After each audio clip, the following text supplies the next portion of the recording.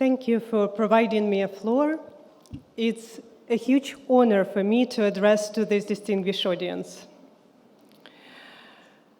After Russia's full-scale invasion of Ukraine, many familiar things remained there in the pre-war world. For example, the language, its architecture, and the context of its functioning.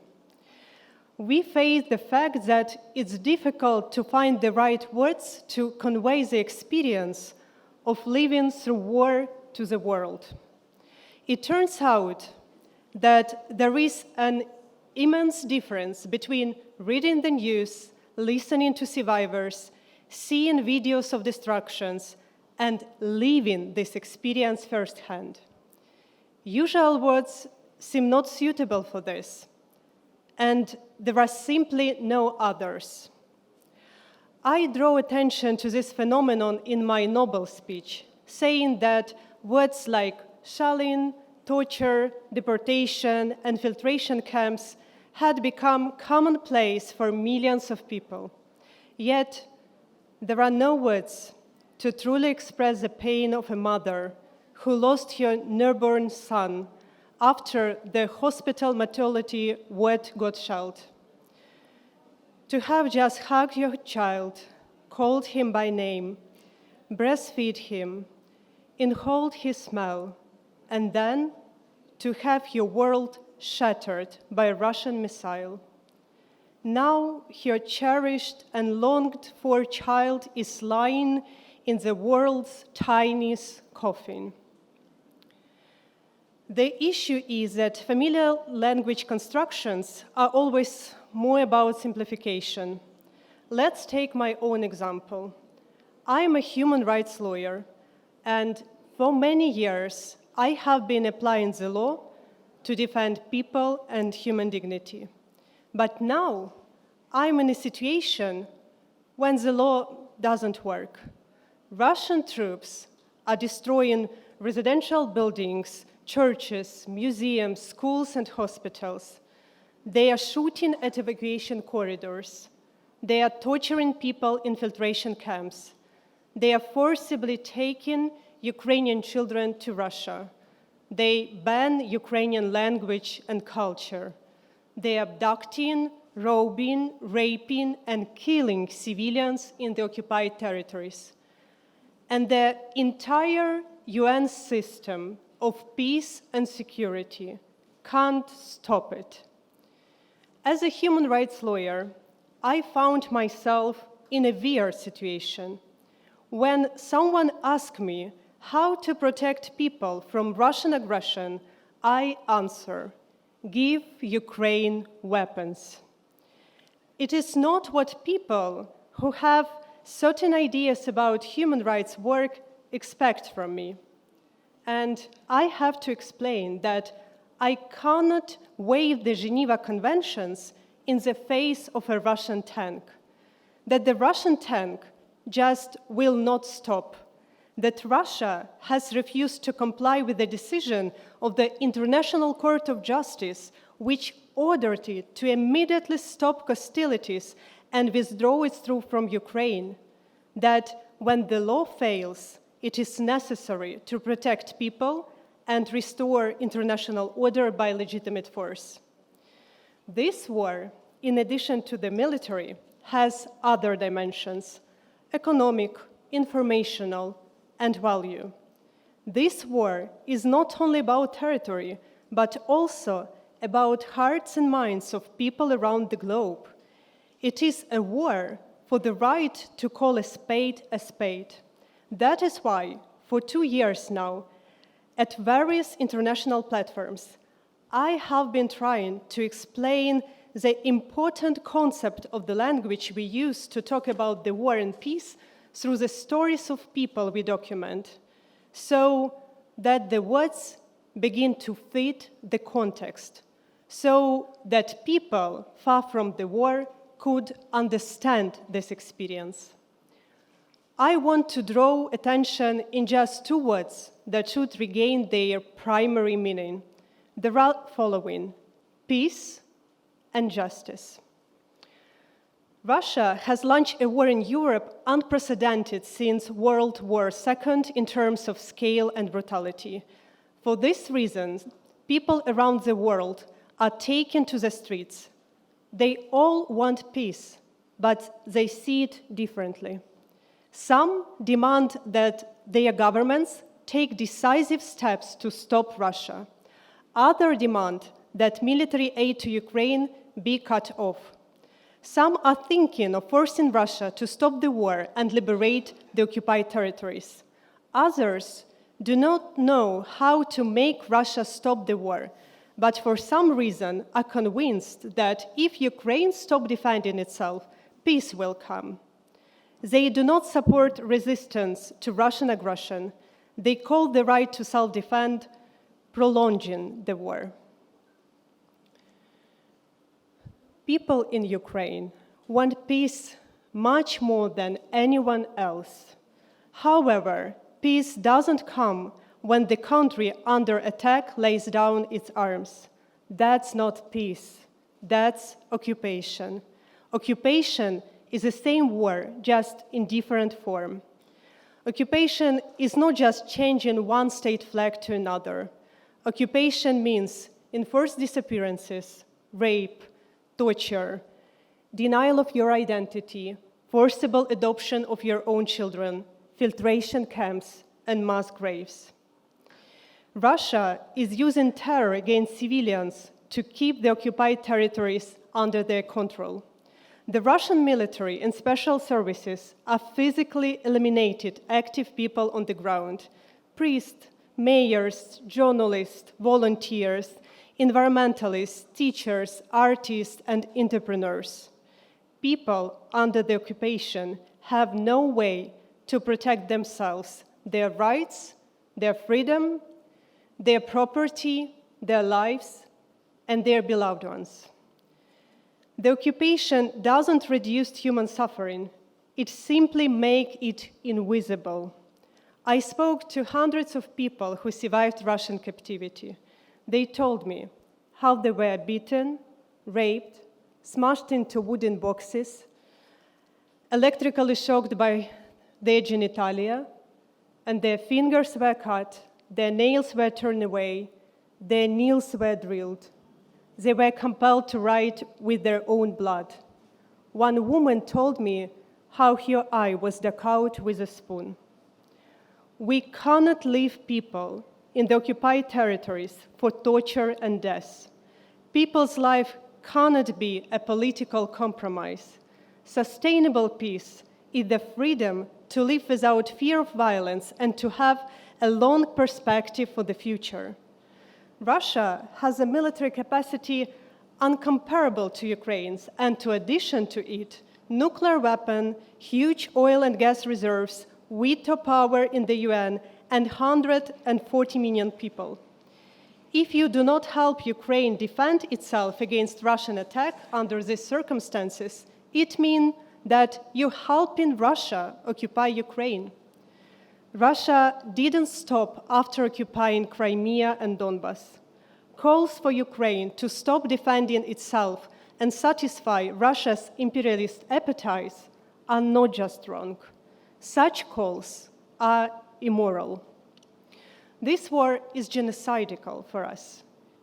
Putin directly says that the Ukrainian people do not exist, just as the Ukrainian language and culture do not exist, and that we are one people with the Russians. For 10 years, we have been documenting how these words converted into horrible practice. The Russian military burns Ukrainian books and destroys Ukrainian cultural heritage. The occupation authorities act on the principle that Ukrainians must be re-educated as Russians or exterminated. And that is why they took thousands of Ukrainian children to Russia to bring them up as Russians. To destroy a definite national group, it's not necessary to kill all of its representatives. You can destroy its identity, and the entire national group will disappear. Therefore, people in Ukraine have no other choice. If we stop fighting, it will be no more us. Unpunished evil grows. The Russian military has been committing war crimes in Chechnya, Moldova, Georgia, Mali, Libya, Syria, other countries of the world. They have never been punished. They believed they could do whatever they wanted. Russia uses war crimes as the methods of warfare. Russia is trying to break people's resistance and occupy Ukraine by causing untold suffering to civilians. All these years, we have been documenting not just violations of Geneva and Hague Conventions. We have been documenting human pain. If we want to prevent wars in the future, we must punish states and their leaders who start wars in present. All war crimes are the result of political decision by state leaders to start a war. But in human history, there has been only one such precedent, the Nuremberg trials. All other tribunals, such as Yugoslavia, Rwanda, or the Special Court for Sierra Leone, persecuted people only for killing each other outside the rules. And we still look into the world through the lens of the Nuremberg trial, where Nazi war criminals were tried only after Nazi regime had collapsed. But we are living in a new century. Justice shouldn't depend on how and when the war ends. The global approach to justice for crimes against peace needs to be changed. We must create a special tribunal now and bring Putin, Lukashenko, and other war criminals accountable. I witness how war turned people into numbers, because the scale of war crimes grows so fast that it's simply impossible to tell all the stories. However, I will tell you one. It is the story of 10-year-old boy Ilya from Mariupol. When Russian troops surrounded the city, they refused to allow the International Committee of Red Cross to open the Green Corridor and evacuate civilians. Therefore, Ilya and his mother, like thousands of other residents, hid in the basement of their home from Russian shelling. They melted snow to make water, and they made fires to cook at least some food. But when supplies ran out, the mother and boy had to leave the basement and found themselves under Russian fire. The mother was shot in her head, and the boy's legs were torn. With the last of her strength, his mother dragged her son to their friend's apartment. At that time, there was no medical assistance. Russia destroyed hospitals and the entire medical infrastructure in Mariupol. So in this friend apartment, they just lay on the couch and hugged each other. They were lying like this for several hours. And this little boy told to my colleague how his mother died and called down right in his arms. People are not numbers. We have to ensure justice for all people affected by this war, regardless who they are, their social position, the type of crimes they endured, and whether or not media or international organizations are interested in their case. We must return people their names, because the life of each person matters. And the name of 10-year-old Ilya's mother was Natalia. I document war crimes, and so every day I worked with the consequences of Russian culture. And it's not a thin layer of gold leaf in the form of Russian ballet or the works of prominent Russian writers. For me, Russian culture is the bodies of civilians with their hands tied behind their backs in Bucha, which we found in the streets, in the yards of their homes, in unmarked graves, in shot-up civilians' car.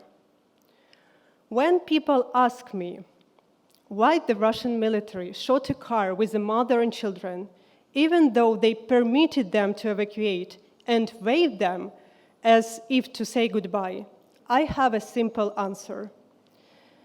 There was no legitimate reason to do this. There was no military necessity for it. Russians did it just because they could. This impunity has a long-lasting tradition. After all, the Soviet totalitarian Gulag was never condemned or punished for all atrocities, deportations of indigenous people, forced collectivization, artificial famine, millions of repressions, and erosion of national identity. Russia is an empire stuck in time, trying to survive the 21st century. The enslaved people of Belarus, Chechnya, Dagestan, Tatarstan, Yakutia, and others are going through the imposed Russification, natural resource expropriation, prohibition of their language and culture, and forced change of identity. Their voices are still not heard on international platforms when talking about Russia and the Russian people.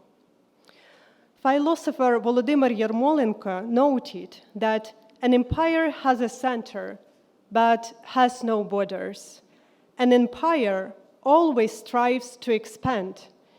People released from captivity tell us how Russians said that when Ukraine falls, Ukrainians will go to conquer the world together with the Russian army. The forced mobilization of Ukrainians into the Russian troops has long been in full swing in the territories occupied by Russia. Human life is the cheapest resource for dictators. Therefore, there is no price that Putin is not willing to pay to fix what he calls the greatest geopolitical catastrophe of the 20th century, the collapse of the Soviet Empire. In December last year, Novaya Gazeta, banned in Russia, published an article titled "Our Boys." They described the tragedy of children in Russian orphanages.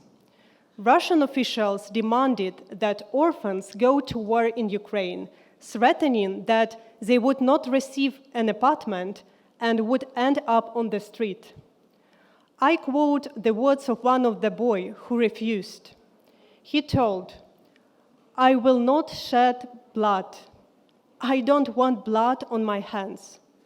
This phrase sounds like a gospel commandment, but the state authorities found in these words signs of discrediting the actions of the authorities of the Russian Federation aimed at conducting a special military operation, as the Kremlin calls the aggressive war launched by Russia.